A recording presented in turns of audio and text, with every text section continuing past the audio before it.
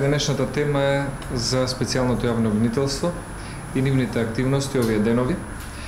Сега уште еднаш покажа дека е проложена рака на Социјалдемократскиот сојуз и овие денови го сменија стилот на работа од читање на нарачани пресконференции, обвиненија против членови на ВМРО-ДПМН, сега се префрлија во следна фаза на повикување на што е поголем број на членови на ВМРО-ДПМН да дадат некакви изјави, сведочења или искази под притисок или уцена.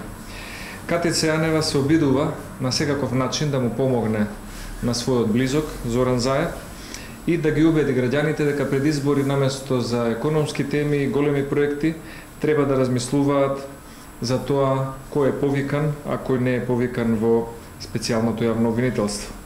Но ова воопшто не е чудно, бидејќи доаѓа од фабриката за афери во Социјалдемократскиот сојуз, која што е во многу близок секојдневен однос и комуникација со специјалното јавно обвинителство.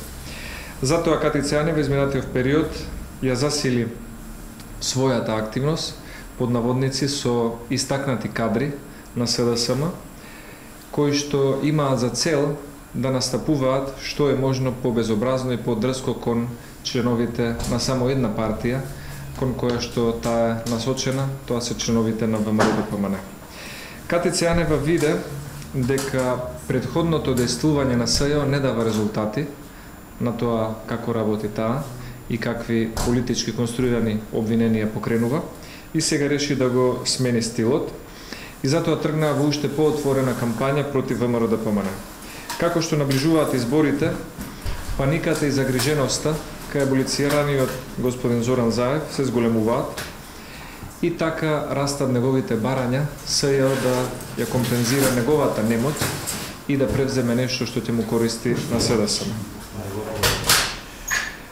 Ваквите обиди СЈО да повикува што е можно поголем број на членови на ВМРО-ДПМН и да ги принудува да дадат некакви лажни искази или изјави, нема да помине и нема да успеат да ги заплашат или демотивираат членовите на ВМРО-ДПМН.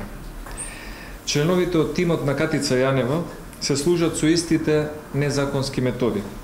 Со уцени и лажни ветувања се обидуваат да ги натераат повиканите да се дистанцираат од политичката партија ВМРО-ДПМН и да даваат лажни искази.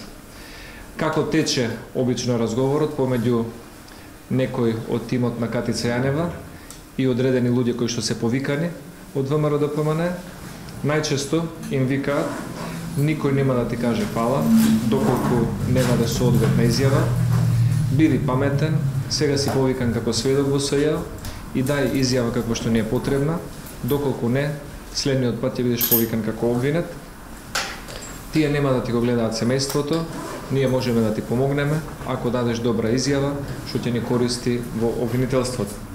На ваков начин со притисоци СЈО се обидува да натера луѓе кои што се поканети, а се членови на ВМРО-ДПМН, да дадат лажни искази во врска со одредени предмети кои што СЈО политички ги конструира.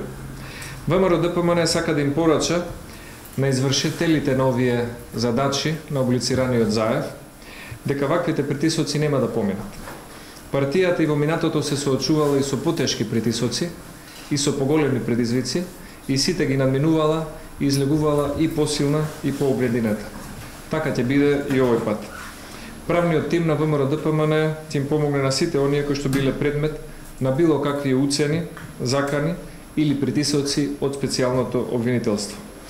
За наредниот период во СЈО се повикани поголем број на членови и активисти на ВМРО-ДПМН и ние ги повикуваме истите да постапат согласно законот, да не подлегнуваат на притисоци кои што би можеле да ги доживеат во СЈО и да го пријавуваат секое незаконско действување.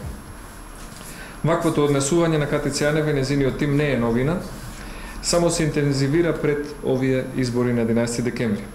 Против тројца обвинители веќе беа поднесени пријави за сторено кривично дело малтретирање во вршење на службата, а против еден вработен во МВР, кој што исто така близок соработник на Заев и на Јанева, е поднесена пријава за нудење на подкуп за изнудување на лажен исказ.